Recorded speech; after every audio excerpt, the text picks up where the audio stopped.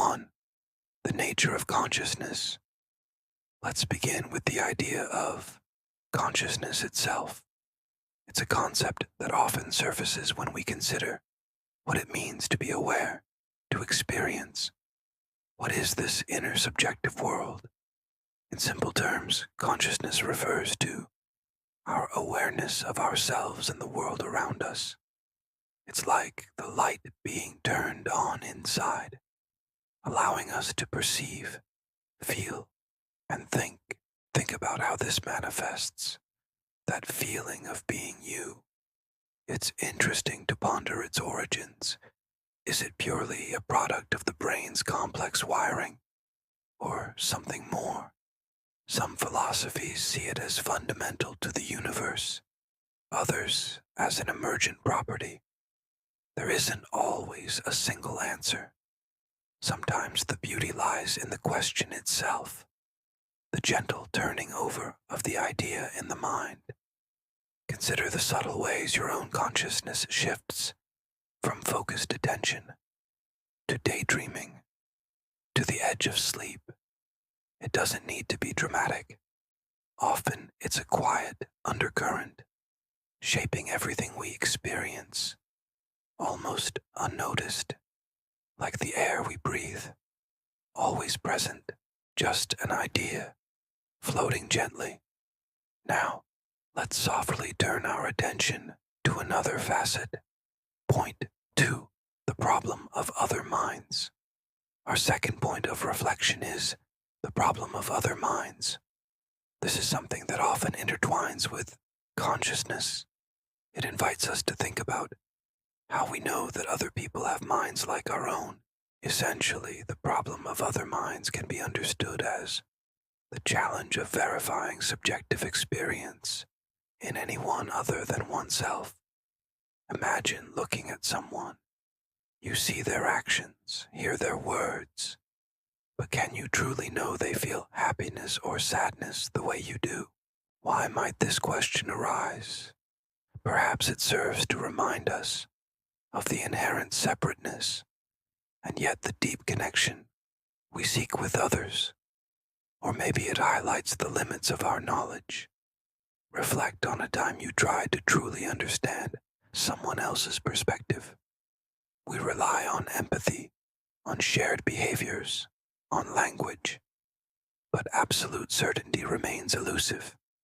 Philosophers have long debated this, suggesting arguments based on analogy, or behavior, or shared biological structure. It makes one wonder about the patterns, the unseen bridges we build between our inner worlds, the trust involved in assuming shared experience. Let that thought settle, like dust motes dancing in a quiet sunbeam. And now, we move gently onward. Point 3. Free will versus determinism. Now, let's consider free will versus determinism. This particular idea often brings up feelings or thoughts related to control, choice, and responsibility. At its heart, this debate is about whether our actions are freely chosen, or if they are the inevitable result of prior causes. Think of it like a path diverging in a wood. Do we truly choose which path to take, or was that choice already set by everything that came before? The implications of this can be quite broad, or sometimes very personal. For instance, if everything is determined, what does that mean for praise or blame? For our sense of self? We might see traces of this tension in our legal systems, our personal relationships, our feelings of regret or pride.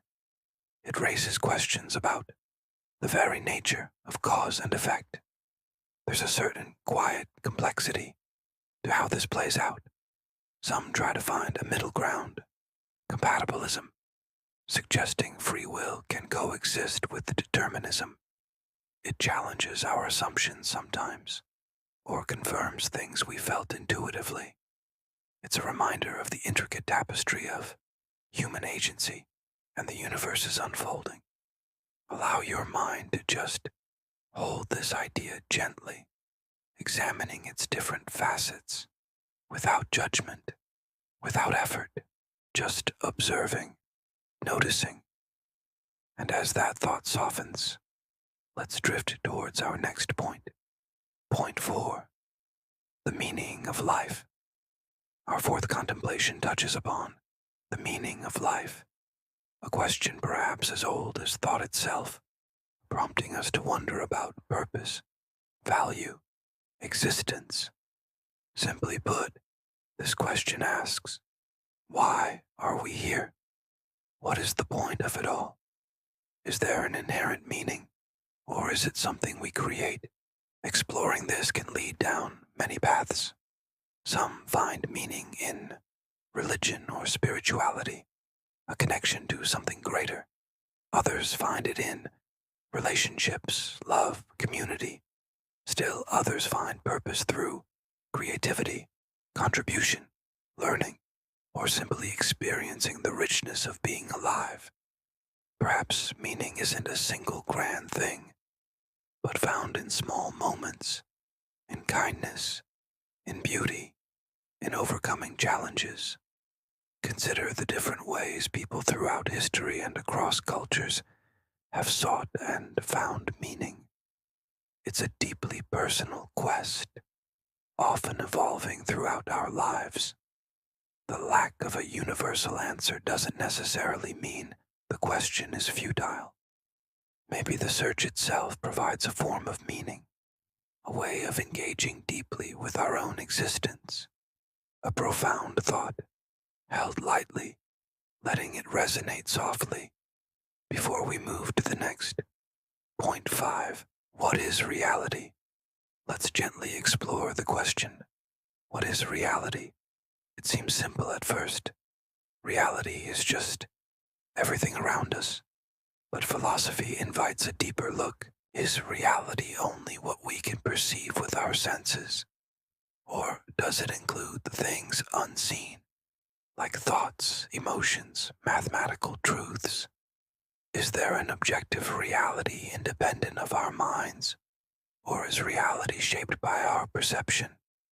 Think about dreams. They feel real while we're in them. How do we distinguish waking reality so confidently? Philosophers have proposed the many ideas. From materialism, only matter is real, to idealism, only mind or consciousness is real. Consider the possibility, however remote it might seem, that our perceived reality isn't the full picture, perhaps like shadows on a cave wall, as Plato suggested, or even a complex simulation. Pondering this doesn't mean rejecting the world around us, but rather appreciating the mystery, the layers that might exist beneath the surface of the everyday, just holding the question, what is truly real? Letting it float. Point 6. The nature of time.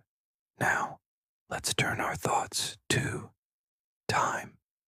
We experience it constantly, flowing, passing.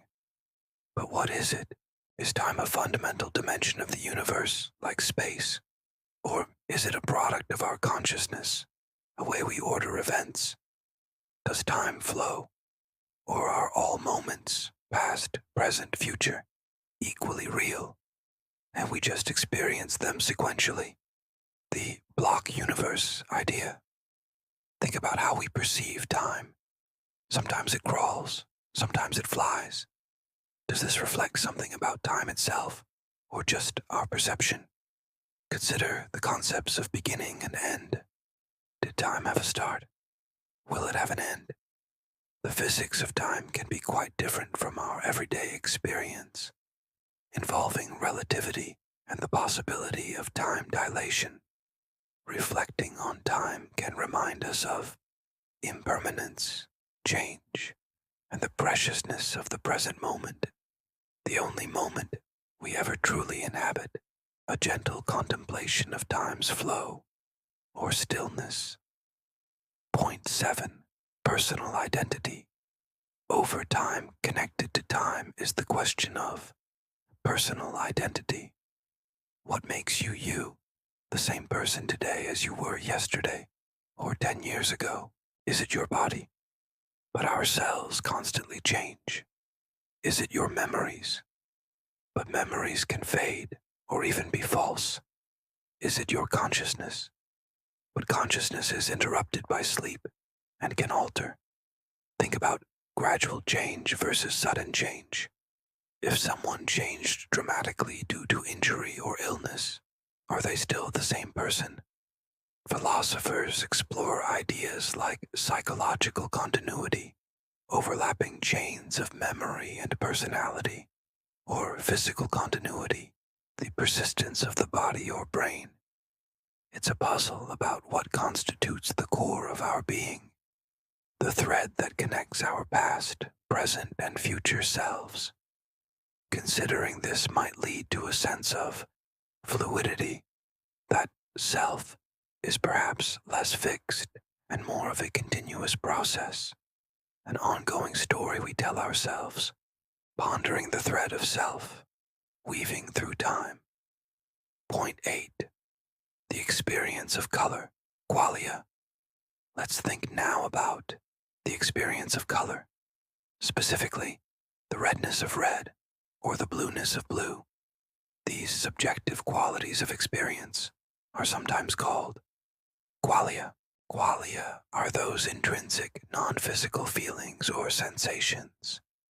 The what it's like aspect of experience. It's not just knowing that a rose is red, but the actual seeing of the red. Think about trying to describe the color red to someone who has never seen it. Can you convey the actual experience with words alone? This raises questions about consciousness and the physical world. Can science fully explain qualia just by describing brain states? Or is there an explanatory gap? Imagine a neuroscientist who knows everything about the physics and neurology of color vision, but has only ever lived in a black and white room. If they finally see red, do they learn something new? This thought experiment highlights the unique nature of subjective experience, the inner richness of our senses, holding the feeling of a color, that subjective spark. Point 9. Moral relativism versus absolutism. Let's gently consider the realm of morality, right and wrong. Is morality relative, changing with culture or individual opinion? Or are there absolute moral truths that apply universally? Moral relativism suggests that what is considered right or wrong depends on the context, the society, or the individual. There are no universal standards. Moral absolutism, on the other hand, posits that certain actions are intrinsically right or wrong, regardless of context or belief. Think about actions like kindness or unnecessary cruelty. Do we feel these have a moral weight that transcends cultural norms? Consider the challenges of both views. Relativism might struggle to condemn practices that seem harmful, while absolutism might seem rigid or fail to account for complex situations. Pondering this distinction encourages us to reflect on the source of our own moral beliefs, how we navigate disagreements, and the foundations upon which we build our sense of justice and fairness. Reflecting on the nature of right and wrong without needing immediate answers. Point 10. The existence of universals. Does the color red exist independently of red objects? Does justice exist apart from just actions?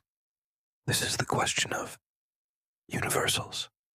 Are general concepts or properties like redness, roundness, humanity, justice, real entities? Or are they just names we give to collections of similar particular things? Plato argued for the reality of universals, forms or ideas existing in a separate realm.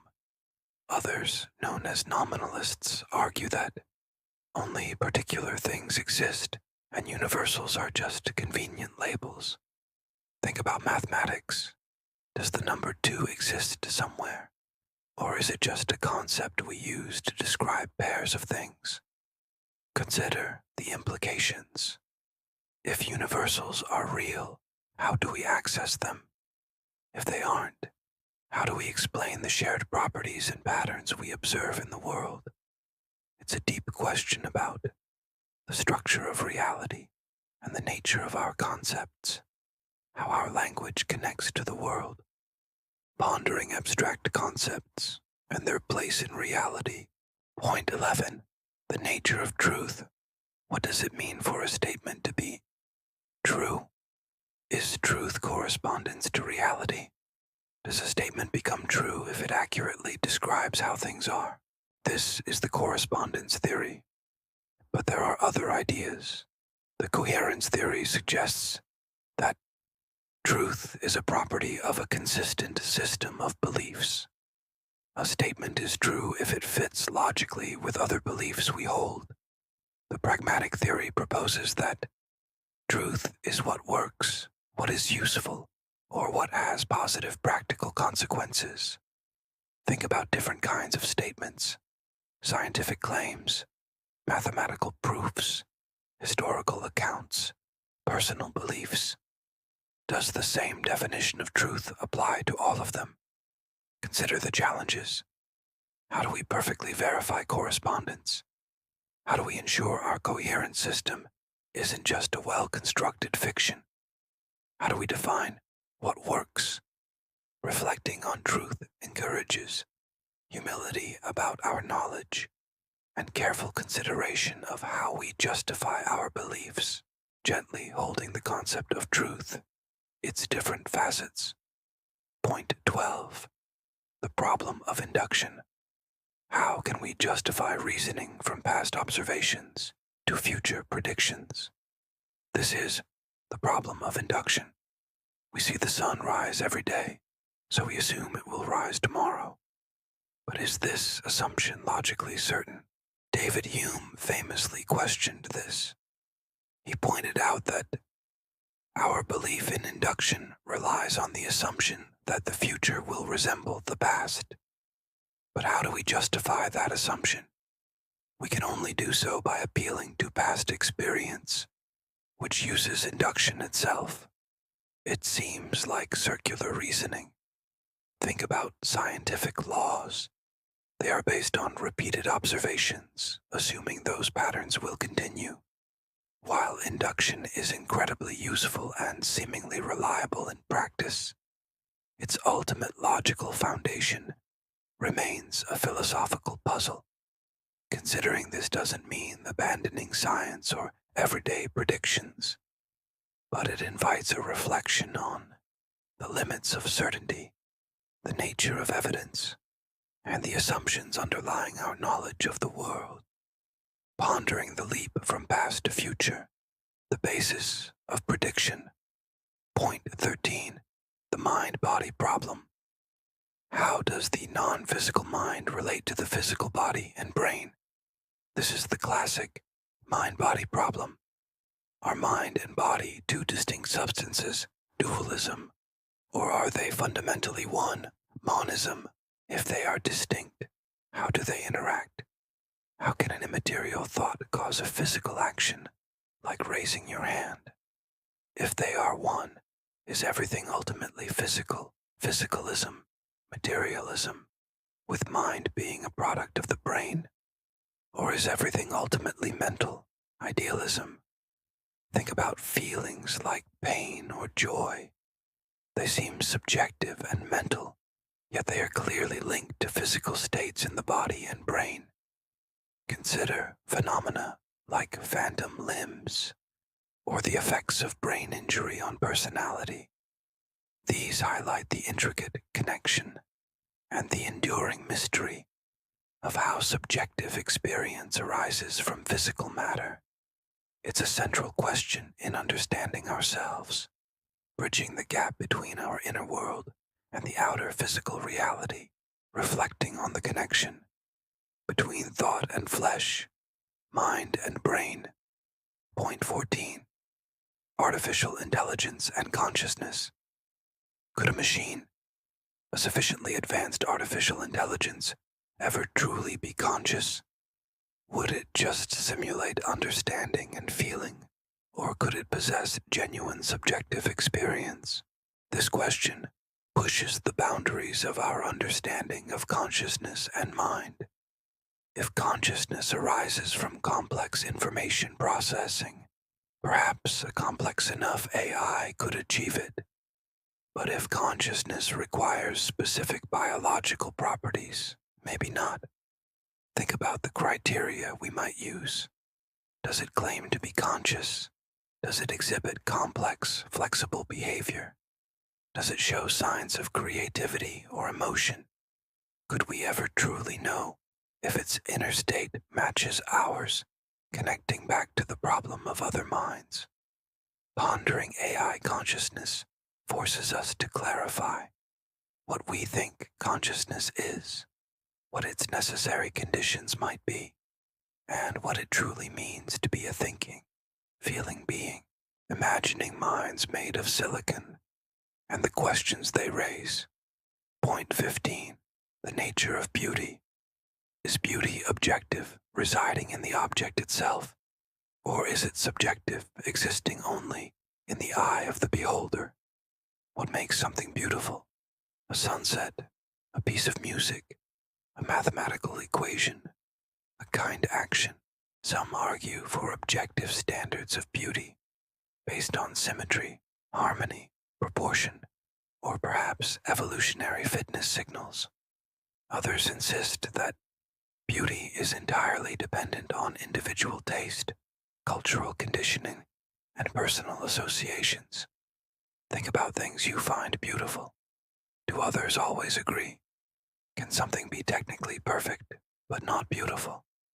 Can something flawed possess great beauty? Consider the experience of beauty.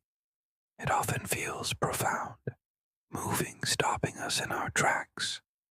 Does this feeling point towards something real beyond mere preference?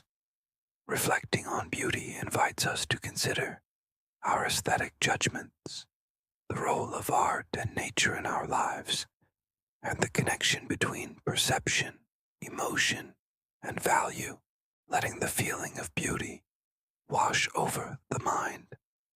Point 16. What is knowledge? Gettier problems.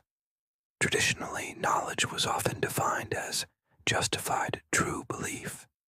But is that enough? The Gettier problems present scenarios where someone has a justified true belief, but we intuitively feel they don't truly know. Imagine someone believes their coworker owns a certain type of car because they saw them driving it.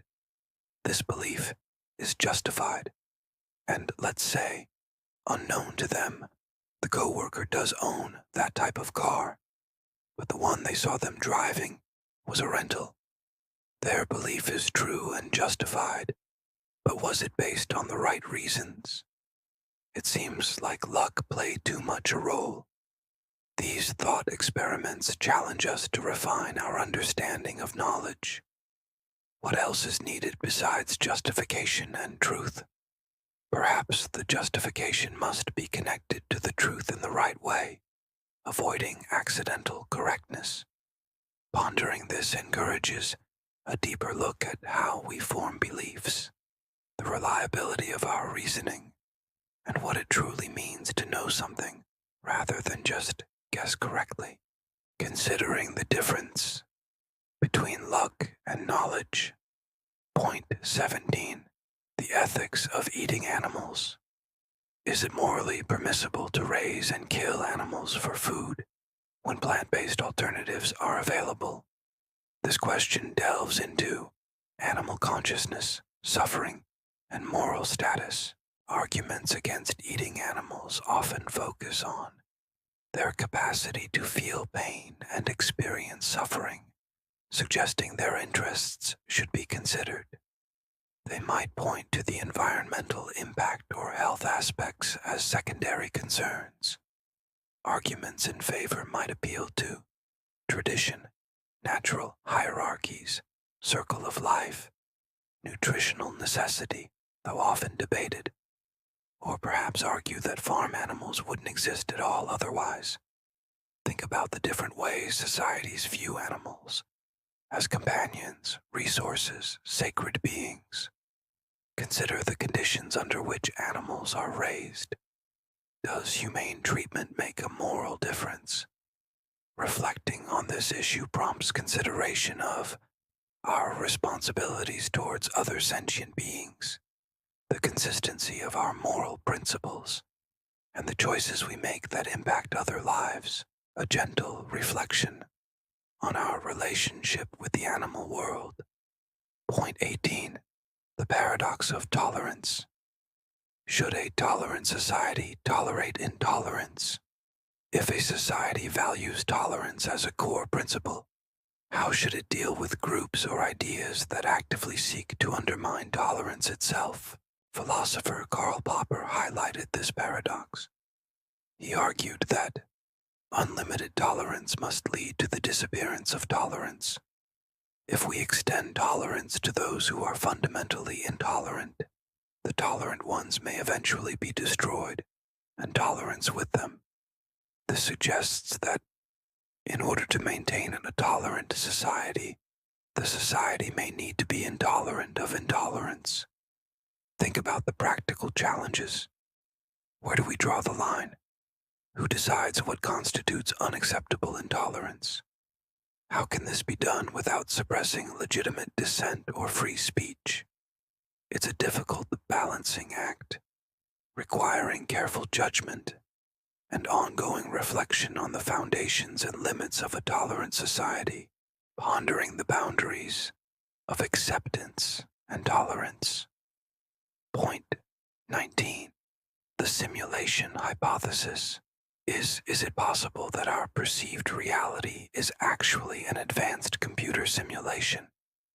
This idea, once science fiction, has gained some philosophical traction. The argument often goes like this. If civilizations tend to develop technology capable of creating highly realistic simulations of reality, ancestor simulations, and if they are interested in running such simulations, then it's statistically more likely that we are living in one of the many simulations rather than the one base reality. Think about the rapid advancement of computing power and virtual reality. Could a future civilization simulate a universe like ours? How would we know if we were inside one? Would the simulation necessarily be perfect? Or might there be glitches? Considering this hypothesis encourages reflection on the nature of reality, the limits of our perception, and the relationship between consciousness and its substrate, be it biological or digital. It's a modern twist on ancient questions about appearance versus reality. Imagining the world as code, a digital dream. Point 20. The nature of justice. What is justice? Is it fairness, equality, retribution, restoration, or something else? How should resources, opportunities, punishments, and rewards be distributed in a society? Different theories offer different answers. Some focus on maximizing overall happiness, utilitarianism. Others emphasize individual rights and fair procedures, liberalism. Still others focus on what people deserve based on merit or need, desert-based theories, or on restoring harmony after wrongdoing, restorative justice.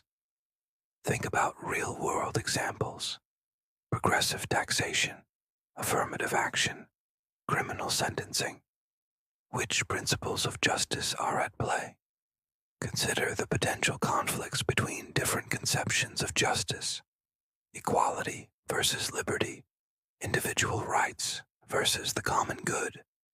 Reflecting on justice prompts us to consider the kind of society we want to live in, the values we prioritize, and how we can create systems that are perceived as fair and equitable.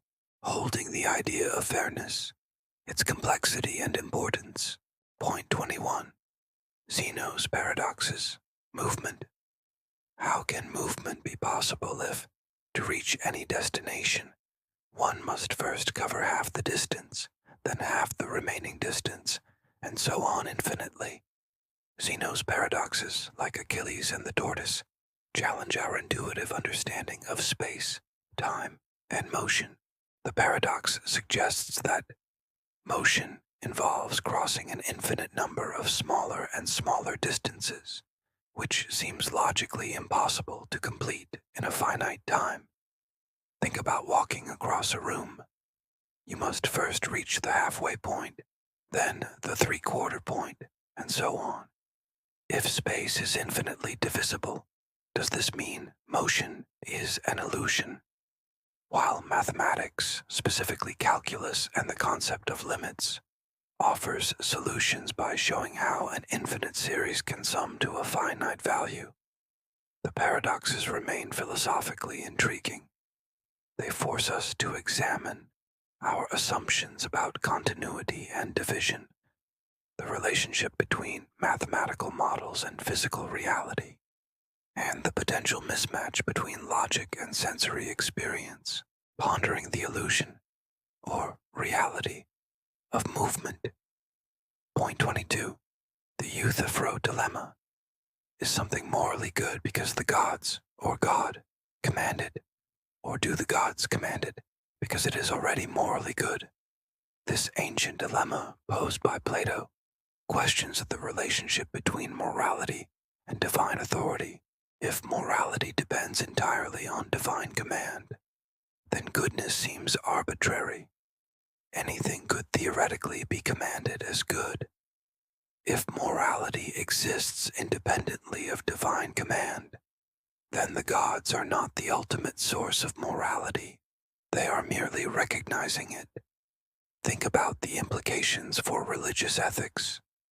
Does faith require believing that morality originates solely from the divine?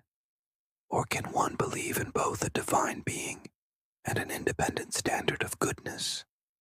This dilemma encourages reflection on the foundations of ethics, whether morality requires a religious basis, and the nature of authority versus reason in determining right and wrong, considering the source of goodness, divine will, or inherent value. Point 23. The trolley problem. Is it morally permissible to sacrifice one person to save a larger number of people?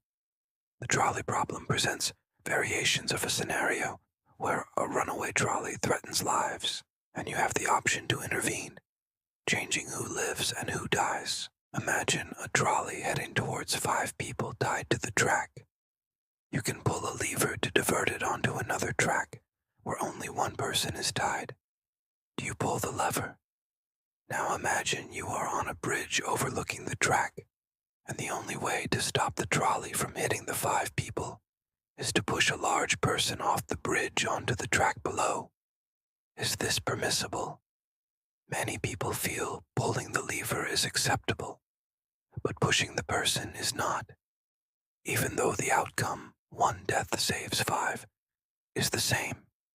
This highlights the difference between direct action and allowing harm, the role of intention, and the complexities of utilitarian calculations versus deontological rules, moral duties.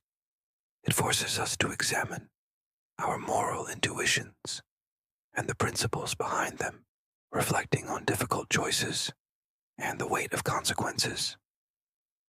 Point 24. The nature of language. How does language relate to thought and reality?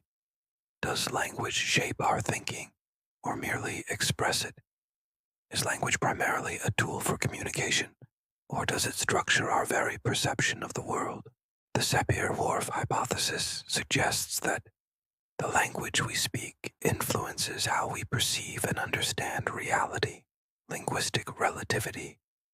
For example, cultures with many words for snow might perceive variations that others don't. Others argue that thought is independent of language, and language is just a vehicle for expressing pre-existing ideas. Think about concepts that are difficult to translate between languages. Does this imply different ways of thinking? Consider the power of words to label, categorize, persuade, and create meaning. Reflecting on language prompts awareness of its pervasive influence, its limitations, and its role in shaping our individual and collective understanding. Pondering the connection between words, thoughts, and the world. Point 25. Determinism and moral responsibility. If determinism is true, all events are necessitated by prior causes. Can anyone be truly morally responsible for their actions? If our choices are predetermined, does it make sense to praise good deeds or blame bad ones? Some argue that determinism eliminates moral responsibility. If we couldn't have done otherwise, we can't be held accountable. This is hard determinism. Others, compatibilists, argue that free will, in the sense required for moral responsibility, is compatible with determinism. Perhaps freedom means acting according to one's conscious desires and values without external coercion, even if those desires themselves are determined. Think about how we treat people in everyday life. We generally assume they are responsible agents. Does the philosophical possibility of determinism change this? It's a deep challenge to our notions of justice, punishment, praise, and personal agency, forcing us to reconcile our scientific understanding of causality with our ingrained sense of freedom and responsibility. Reflecting on choice, cause, and consequence. Point 26.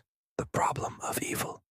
If there exists an all-powerful, all-knowing, and all-good God, why does evil and suffering exist in the world? This is a classic challenge to theism, questioning the compatibility of God's attributes with the reality of suffering. Various responses, theodicies, have been offered. Some suggest that evil is necessary for free will. God allows evil so that the humans can freely choose good. Others argue that suffering builds character or serves a greater unknown purpose. Some might question whether we fully understand God's nature or plan. Think about different kinds of suffering: natural disasters, diseases, human cruelty. Does one explanation cover all types? Consider the emotional weight of suffering. Can philosophical arguments truly satisfy someone in deep pain? Pondering the problem of evil encourages reflection on faith, doubt, the nature of goodness, the meaning of suffering, and the limits of human understanding in the face of profound hardship.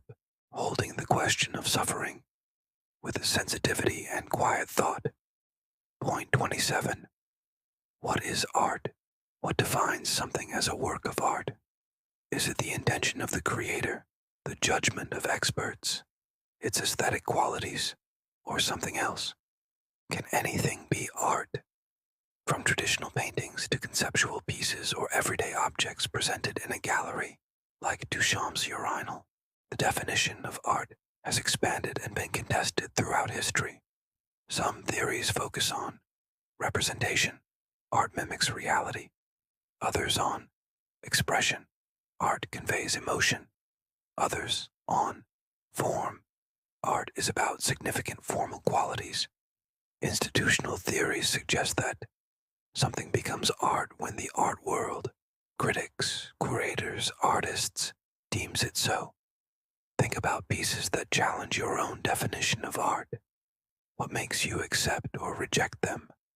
Consider the function of art: to provoke thought, evoke feeling, offer beauty, critique society. Reflecting on what is art invites us to consider creativity, interpretation, cultural values, and the boundaries we draw around aesthetic experience. Pondering the nature of creation and aesthetic judgment. Point 28. The right to privacy. Do individuals have a fundamental right to privacy? If so, what does it entail and where are its limits? In an age of increasing surveillance and data collection, this question is particularly relevant. Arguments for a right to privacy often emphasize individual autonomy, dignity, the ability to form relationships, and protection from unwarranted intrusion or control. It allows space for personal development and intimacy. Arguments questioning or limiting it might focus on security concerns, preventing crime or terrorism, public interest, transparency, or the idea that privacy is not absolute and must be balanced against other values. Think about different spheres of privacy: home, communications, personal data, thoughts. Are some more important than others? Consider the trade-offs we make: convenience versus data security, safety versus surveillance. Reflecting on privacy encourages consideration of personal boundaries, social trust, the power of information, and the kind of society we want to inhabit. Considering the space between the individual and the world. Point 29. Ship of Theseus, paradox, revisited identity. We touched on this earlier regarding objects, but let's apply it more deeply to personal identity. If every part of you, cells, thoughts, memories, gradually changes over time, are you truly the same person throughout your life? Imagine a teletransporter that scans you, destroys the original, and creates an exact replica elsewhere. Is the replica you, or just a copy? What if the original isn't destroyed? Now there are two yous. Which one is your identity? Think about the continuity of consciousness. Is an uninterrupted stream of awareness necessary? What about sleep or amnesia? Does identity lie in the physical pattern, brain structure, or the subjective experience? This paradox forces us to confront what we mean by sameness when applied to beings that constantly change and experience the world. It challenges intuitive notions of a fixed, enduring self, suggesting identity might be more complex, perhaps more like a pattern or a process than a static thing, pondering the continuous flow of the self. Point 30. The nature of happiness. What is happiness? Is it pleasure, satisfaction, virtue, flourishing, or something else? Is happiness the ultimate goal of life? And how is it best achieved? Different philosophies offer different perspectives. Hedonism equates happiness with maximizing pleasure and minimizing pain. Eudaimonia, often associated with Aristotle, sees happiness as flourishing, living virtuously, fulfilling one's potential. Stoicism suggests happiness comes from inner peace, acceptance, and focusing on what is within our control. Think about different kinds of happiness: fleeting joy versus deep contentment. Can someone be happy amidst suffering? Consider the factors that contribute to your own sense of well-being: relationships, purpose, health, mindset. Reflecting on happiness invites introspection about our values, our desires, and what constitutes a truly good and fulfilling life, gently considering the feeling of well-being and contentment. Point 31. Epistemic justification. What makes a belief justified? What counts as good reason for holding a belief? Is it evidence, reliable cognitive processes, coherence with other beliefs, or something else? Foundationalism suggests that justified beliefs rest upon a foundation of basic beliefs that are self-evident or directly known, like simple sensory experiences. Coherentism argues that justification arises from the mutual support among beliefs within a system. No belief is inherently basic. Reliabilism proposes that a belief is justified if it is produced by a reliable belief forming process like clear perception or sound reasoning. Think about how you justify your everyday beliefs. I know the sky is blue because I see it. Which theory best captures this? Consider beliefs about the past or abstract concepts. How are they justified? Pondering justification encourages critical thinking about our own beliefs, awareness of potential biases, and a deeper understanding of the grounds for knowledge, reflecting on the reasons behind what we believe. Point 32, the Gettier problem, revisited beyond JTB. Since justified true belief isn't always enough for knowledge, what is missing? Philosophers have proposed various additions or alternatives to the JTB, justified true belief account. Some suggest adding a no false lemmas condition. The justification shouldn't rely on any false assumptions. Others propose causal theories. The belief must be caused in the right way by the fact it represents. Sensitivity theories suggest that if the belief were false, the person wouldn't hold it. Safety theories suggest that the belief couldn't easily have been false in similar circumstances. Think about the original Gettier case, the co-worker and the car. Does the person's belief meet these additional conditions? These refinements attempt to capture the intuition that knowledge requires a non-accidental connection between belief and truth. Reflecting on these complexities highlights the intricate nature of knowledge and the ongoing philosophical effort to define it precisely, considering the subtle link between belief, justification, and truth. Point 33. Moral luck. Can luck affect someone's moral status, or how much praise or blame they deserve? It seems intuitive that we should only be judged for things within our control. But luck seems to play a role. Consider two drunk drivers. One gets home safely without incident.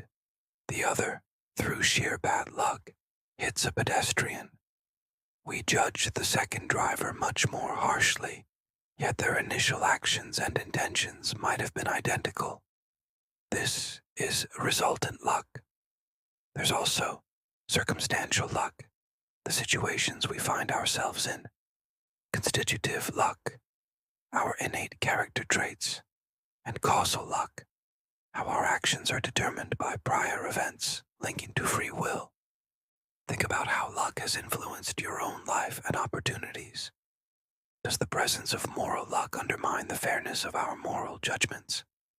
Pondering this challenges our assumptions about control and responsibility, and encourages compassion and humility in judging others and ourselves, reflecting on the role of chance in our actions and their outcomes.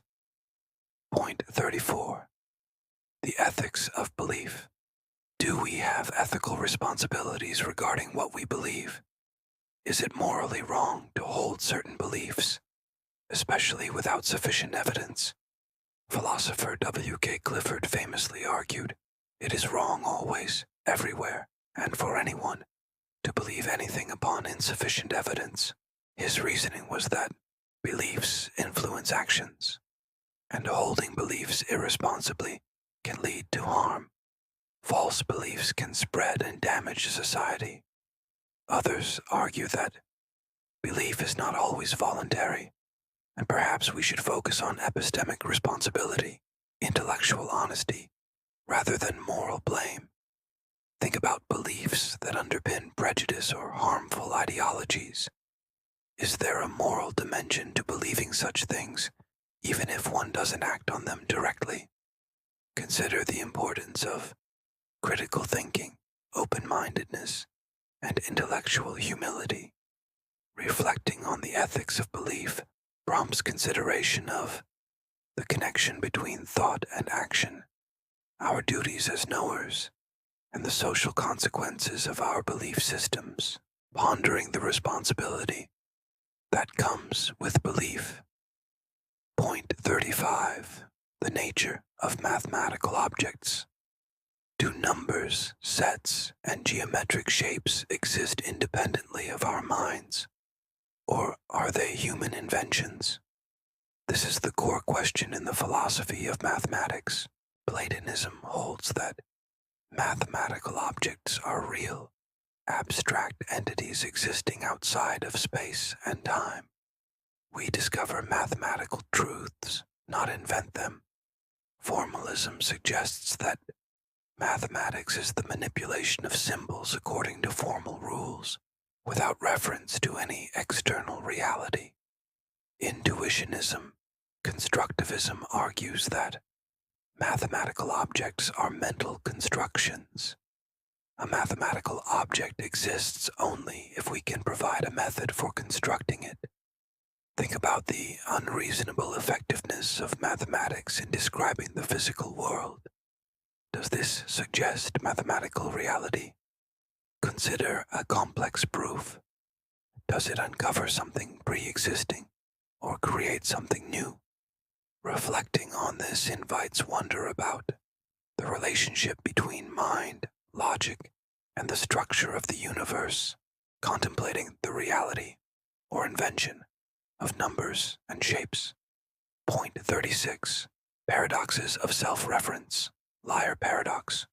Consider the sentence. This statement is false. Is it true or false? If it's true, then what it says must be the case, meaning it must be false. If it's false, then what it says is not the case, meaning it must be true. This is the liar paradox. Paradoxes like this arise from self-reference. When a statement or concept refers back to itself, they challenge the limits of logic and language. Think about other versions. The barber shaves all those and only those who do not shave themselves. Does the barber shave himself? These puzzles force logicians and philosophers to develop more precise systems of language and truth, to identify hidden assumptions or inconsistencies. They reveal the intricate structure of thought and expression, and the potential for language to tie itself in knots. Reflecting on these paradoxes can be a mental exercise in clarity, precision, and appreciating the subtleties of meaning, gently untangling the loops of self-reference. Point 37. What is causation? What does it mean for one event to cause another? Is it just constant conjunction, or something more? We see event A followed by event B repeatedly, but what makes A the cause of B? Hume argued that we never directly perceive a necessary connection between cause and effect, only their constant conjunction and our expectation based on past experience. Others propose counterfactual theories. A caused B if, had A not occurred, B would not have occurred. Still others look for mechanisms, energy transfer, or probabilistic relationships. Think about the simple causation. Striking a match causes it to light. What is the underlying connection? Consider complex systems, social trends, economic changes, where causation is much harder to pin down.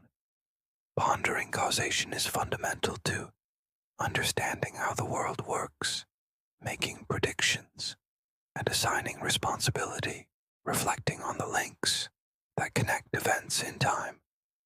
Point 38. The value of knowledge. Why is knowledge valuable? Is it only for its practical uses, or does it have intrinsic value? Is knowing something good in itself, even if that knowledge has no obvious application? Practical value is clear. Knowledge helps us navigate the world, solve problems, achieve goals. But what about intrinsic value? Some argue that knowledge satisfies curiosity, enhances understanding, and contributes to human flourishing. making it valuable for its own sake. Think about learning history, astronomy, or philosophy itself. Does the value lie only in potential applications, or is there value in simply knowing and understanding? Consider the joy of discovery, the satisfaction of comprehending something complex. Reflecting on the value of knowledge encourages appreciation for learning, curiosity, and the pursuit of understanding as fundamental human activities, appreciating the light that knowledge brings. Point 39. Animal rights versus animal welfare.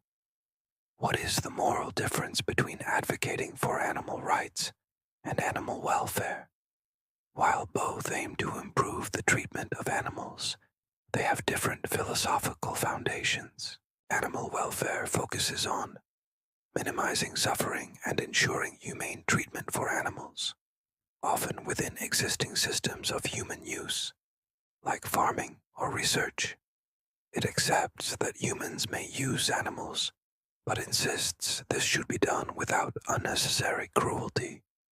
Animal rights, typically argued by philosophers like Tom Reagan, posits that animals, at least some, have fundamental rights similar to humans, such as the right to life and liberty, because they are subjects of a life with inherent value. This view often entails abolishing systems that treat animals as resources. Think about the implications. Welfare might allow for humane farming, while rights might demand veganism and an end to animal experimentation. Considering this distinction clarifies different ethical approaches to our relationship with non-human animals. Reflecting on the moral status we grant to other creatures. Point 40. The nature of emotions. What are emotions? Are they physiological responses, cognitive judgments, feelings, or a combination? How do emotions relate to reason? Are they obstacles to clear thinking, or essential parts of it? Some theories emphasized the physical aspects, changes in heart rate, hormones, facial expressions, James Lang theory. Others focus on cognitive appraisal. Emotions arise from how we interpret situations, cognitive theories. Still others highlight the subjective feeling state. Think about the difference between fear and anger. How do the physical sensations and the thoughts involved differ? Consider the role of emotions in decision-making. Do they guide us or mislead us?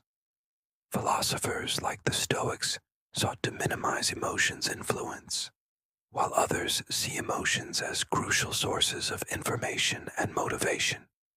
Reflecting on emotions encourages self-awareness, understanding the interplay of body and mind, and appreciating the richness they bring to human experience. Feeling the gentle current of inner emotional states